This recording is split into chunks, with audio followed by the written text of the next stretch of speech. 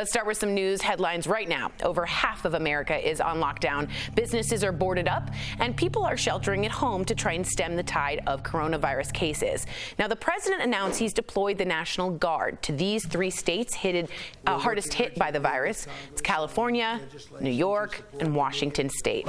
Don't be nervous. The National Guard is actually going to be there to help build hospitals and distribute much needed supplies. Meantime, Congress is voting today on a giant stimulus package, which they failed to pass yesterday. So what does this mean for you out there? You could be getting a check for actually up to $1,200, but only if you qualify. That's part of what they're debating right now. So let me break it down for you.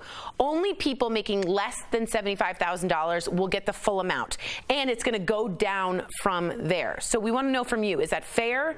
Is that enough? What do you think, Al? Whether it's enough or not, it helps. Yeah. I don't know if is it ever enough for anybody. And I wouldn't even say it's an issue. Just something I noticed when I looked at this is, they say if you make $75,000 or more, that you don't get anything, correct? And I feel like if your income went from $75,000 to zero or $35,000 to zero, whatever your expenses were at $75,000 are now not being paid, or you're now burning through cash, and whatever your expenses were, $35,000 are not getting paid, and you're now burning through cash. So how are those 2 people in different boats? So I don't know. I just want to be as fair and as equitable as possible, but It's a weird time and no one knows. So we just hope they can come to a conclusion. We need to get those checks out, direct deposit, baby. Yeah, we do. And again, I would go for a rent or a mortgage freeze. Yes. And a lot of you wrote me and said, I'm just trying to survive to eat.